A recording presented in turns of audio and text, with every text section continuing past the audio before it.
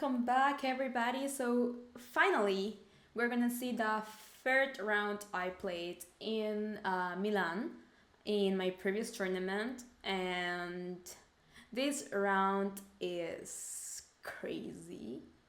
So let's go.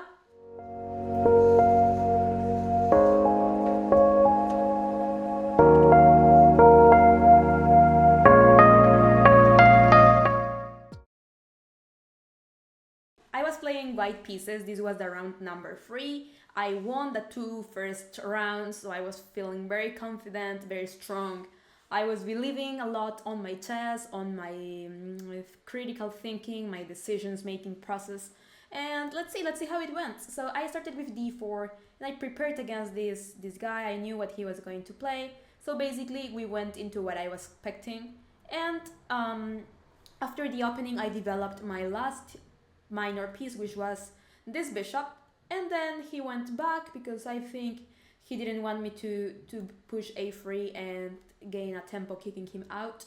So after he went out, I broke the center with e4, then he took my pawn, I took him back, and after he takes, he broke the center back with e5.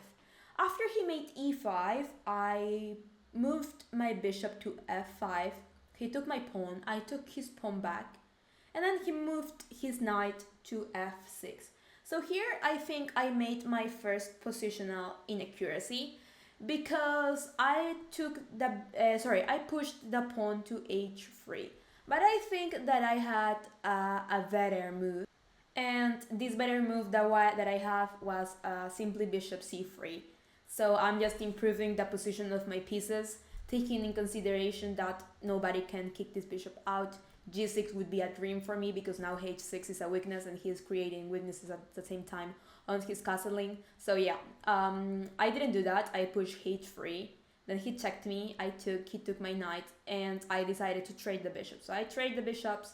Then I came with my rook to d1. He offered a trade. I didn't want to trade because I wanted to get more advantage before trading. I came for his pawn. He came here threatening my pawn, and here I miscalculate a move, which was with bishop c3. Why I'm saying I miscalculated? Because I thought that if he would have taken, after I take, he had to take with a pawn, and this is crazy bad for black. But I didn't realize till he took my pawn that if I take, he can come to f4 check and retake with the queen with a clear pawn structure. And that was what happened.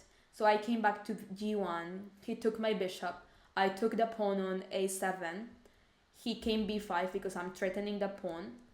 I was still feeling good here though, because I had the control of the open file on d, and well, I was just feeling confident, even though I was down on time. He's right now 30 minutes 18 seconds and I'm just 13 minutes 39 seconds. So I over for a trade, and I was planning to kind of provoke him to blunder or to make sort of an inaccuracy that could give me an option on this endgame, even though I knew that this is death draw for both of us. So he didn't come here. This was an OTB mistake. He took my rook, I took him back, and then I think this was my unique opportunity to could have created some chances for me. The rook c7. Now he played rook c7. I think that the best would have been to move here. So his king is further away from the center. But I didn't do it. I just moved my king here. So he moved his as well. I moved again. He moved again. And when I finally came here, he attacked my rook. So I defended my rook coming up. I wanted him to push the pawn because his king, because then his pawn on b5 turns weak and my king can easily come to take him. He didn't do that. He came with his king to attack my rook, and I moved my rook towards the top of the board. He offered for a trade, and we get into this position.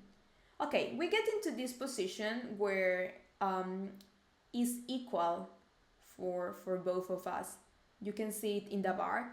Is very, very equal, but I wanted to create some trouble, and what I wanted to do is to create a pass pawn on the a file with these 2 pawns. And how I'm going to do that? Well, I have an option, which is this plan. This is the plan, but it's not what we are going to do like this. Because if I go directly b3, then he can push b4 and he gets rid of my possibilities at all, because then he can do en passant if I push a4.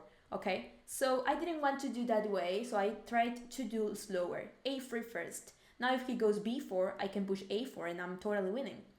So I push a3, he came with his king on c6, then I came with b3, then he came here, and before pushing a4, I first pushed here, he came with f5, I came with a4, and then he came back with king c6.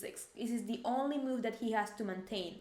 If he takes, I'm gonna take back, and my pawn is too far, so when his king is gonna go to reach that pawn, for that time, I'm gonna be taking this, and I'm gonna be closer to this side, the king side of pawns, to take them all and promote my king side pawns. So he can't take. What he had to do was to retreat, and after he retreated his king, I broke with g4. After I made g4, he pushed this pawn here, and that was like a very good move, because I didn't think about it before. And the thing is that I can't take this one, because then he takes this one, and the situation is the opposite. Now if this pawn runs, my king is gonna have to come here, and his king is gonna take this, and he's gonna be closer to my king side pawns, which means he's gonna win. So here I started thinking, and I realized that my unique move was king c3, so I'm controlling all the possibilities to take. He took my pawn on b3, and here I started to consider 2 options. One of the options I was considering was a5, and then to promote. But a5, at the end of my analysis, I got to the conclusion that it loses. Why it loses? Because then he can come here, I take, he comes here, I have to protect, and then after he pushed this pawn here, I take, he takes, I push, he pushes, he gets me in zugzwang. Zugzwang means that I don't have any single good move. Essentially, I can only move my king, and as soon as I do it, he's gonna take my pawn. So I analyzed this for a while.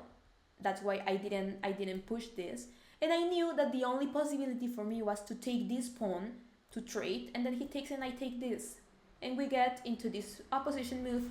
And it was already a draw, so possibly we were going to get into a draw after those moves. But after analyzing this move for a very long time, I came back to the game. I was like 1 minute on the clock or so, and I just knew that I had to take a pawn. Instinctively, I took a pawn, and I took this one, when I totally knew that I had to take the other one. I took this pawn, and as soon as I was leaving my king on the board, I knew that I was lost. He looked at me like shocked, and after the game he commented me like, you should have taken b5, and I was like, I knew it, like I really analyzed it. I just forgot, like my hand did an entirely different thing that was my brain was suggesting, and was a very painful loss. After a very long game, like I really wanted to win. When after was a draw, I did my best, and was very sad to screw my game like this. But this is chess, guys. This is chess, and this is gonna happen to you very often. We need to work on our emotions to make it happen less. But I hope this can help you if this have happened to you at any point. You see, everybody makes mistakes, so I hope you guys enjoyed this video. Don't forget to subscribe to the channel and keep tuned for future videos. Bye bye.